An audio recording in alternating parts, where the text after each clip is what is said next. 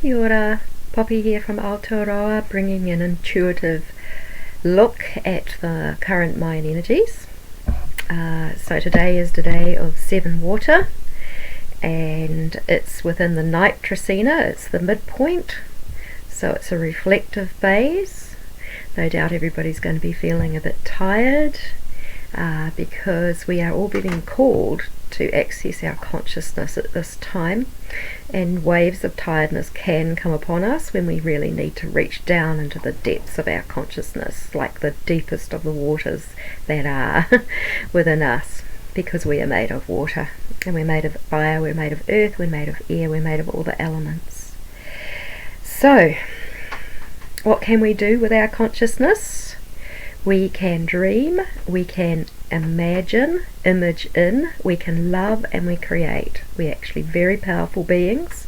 We're discovering ourselves, and a lot of us are being quite enlightened as to how powerful we really are and how we can break through this time of what would seem like a great big crisis, but it's actually an amazing opportunity.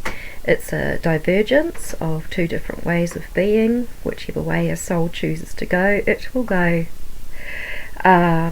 The waters, they join us all. I'm kind of reading notes here, so and the memory of everything is within water. So it's actually a highly receptive element. Masaru Emoto did a lot of work on that, and the receptivity, and how we can actually program water, and how we can heal the waters. And so water is a very powerful element. It connects us with earth and sky. So earth and sky are that. Now, in our bodies, a healthy body, according to the Asian modalities of healing, is water up and fire down. And this is also something that happens in nature. Water evaporates, it goes up and will come back down in the form of rains, and it does that because of the fire, the heat of the sun drawing the water up. And the same happens within our body. So we are nature, and so we live like nature, and it's important to get the same circulation and flow that is in nature. So circulation and the flow of cosmic energy empowers the highest expressions and purposes for creation. So if we can balance them within, we're doing well, and we actually have a very physical way that we can do that. I'm going to put a link where we can actually do that physically. It's just a 10-minute daily thing that people can do to actually help, and it would help creation along very well for everybody who takes part, because we are physical and we need to also embrace our physicality. We're in the night wave of 3 serpent, which is highly physical. It's about sensuality, sexuality, it's about the wave movement of time. It's an amazing, exciting time. And it's also about, because it's the night, it's still plummeting into the depths of our consciousness and doing the inner work. So a day of water is also a day of offerings, and the Maya will do fire offerings on this day. So our prayers and our intentions are offerings that affect creation. Just like the Maya, we may offer forgiveness to the fire, just to be forever giving. Forgiving. It's one way that I like to look at forgiveness. It's not about forgetfulness, it's about being forgiving. And if we are forgiving, then anything that is done or any trespass against us, we are able to release it and let it go. So fire energy in Chinese medicine belongs to the heart and circulation. So purification happens in the waters of our being.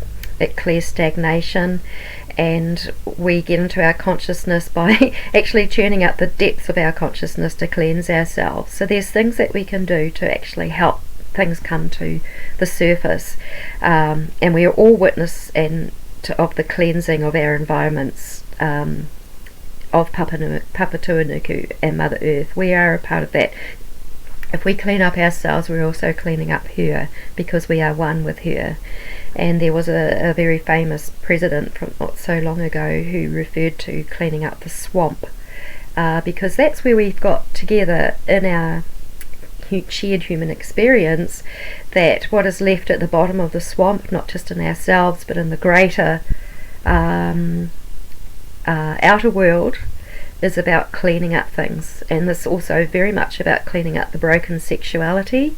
It's about stopping the cycles and the patterns, and it's also about exposing some of the most hard and painful things that people can see when we realise the extent of human sacrificing, child trafficking, and how that has fueled what happens now in this economic world, in this artificial matrix that we are actually healing from within. So to circulate fire and water energy consciously with physical practice and through access to remembrance serves all creation. So I'll encourage you to just take part in this 10-minute practice, which will be demonstrated from a video which I'm going to attach underneath this one on my webpage. So as we purify and purge, our greatest fears may come up to observe and purify. Our frequency, we've got to remember this, our frequency is far beyond anything left over from the old paradigm of separation, division and duality. When we're in our hearts, our frequency is super high. When we find our true selves, our frequency is really high. We're getting up into states of joy, peace, enlightenment, love, and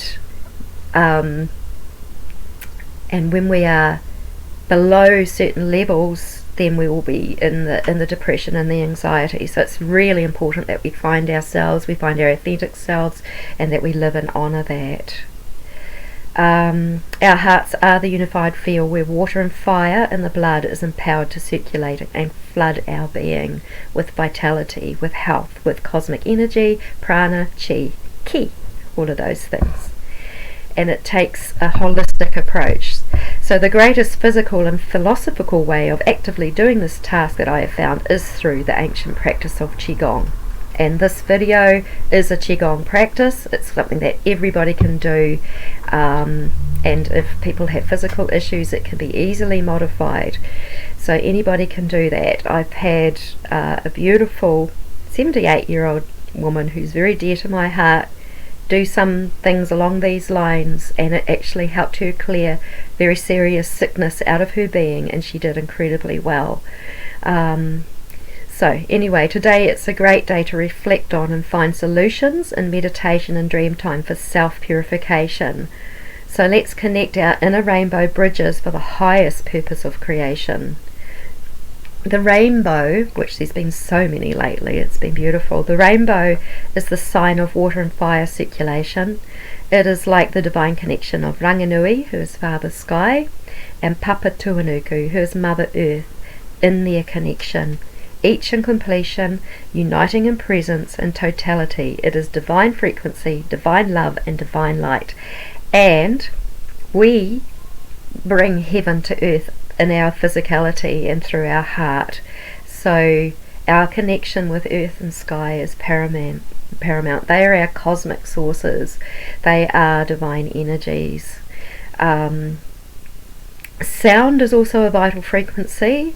So children have been suppressed in their in their expression. None of us have wanted to be suppressed, and we've got to get the masks off, get the gagging off, and actually let ourselves express and be, and to sing, to sound, to tone. Sometimes it's screaming, sometimes it might be ah,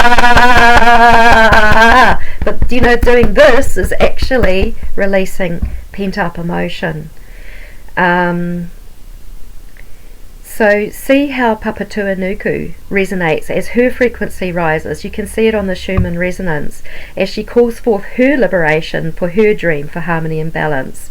So we cherish her together as we cherish ourselves and one another. Cherishing is a heart-based energy in motion for birthing a new earth. In cherishing, we feel and know the value of everything and everyone. So surely we intend the highest outcome for all. Thank you for your divine soul expression for all of creation at this time. We all breathe and we are all spiritual beings. The difference is, are we in conscious awareness? And we can be. And this is the most amazing time to access that within ourselves. Spirituality is about connection with Divine Source. It is about connection with our cosmic parents. It is about circulating energy, and it is definitely about water up and fire down. Go within and draw upon this, and enjoy the video and enjoy a practice that can actually connect you with Divine Source. Gosh, sorry, I've probably had massive rainbow over my face all the time. I can't see because the sun's on my screen. But anyway, rainbow light, completion, totality, blessings. Why are there so many dreams about rainbows, and what's on the other side? Well, it doesn't quite go like that, but you get the gist. But rainbows are about connection. Blessings to you. Thank you for listening, and catch you next time. Alright, just moving around so I can actually see the screen to turn this off. And Lakesh Alakan.